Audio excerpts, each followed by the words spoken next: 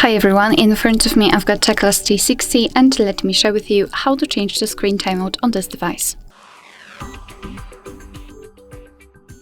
So let's start with opening the settings, and here in this left section we have to tap on display.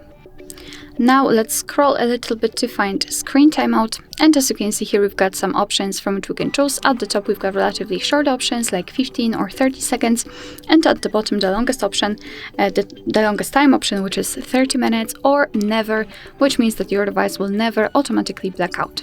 So all we have to do is to tap on the specific option we'd like to use. So I'll choose 10 minutes, it is immediately marked, and after getting back you can see that it is also notified right here, which means that from now on, after 10 minutes of inactivity, this device will black out.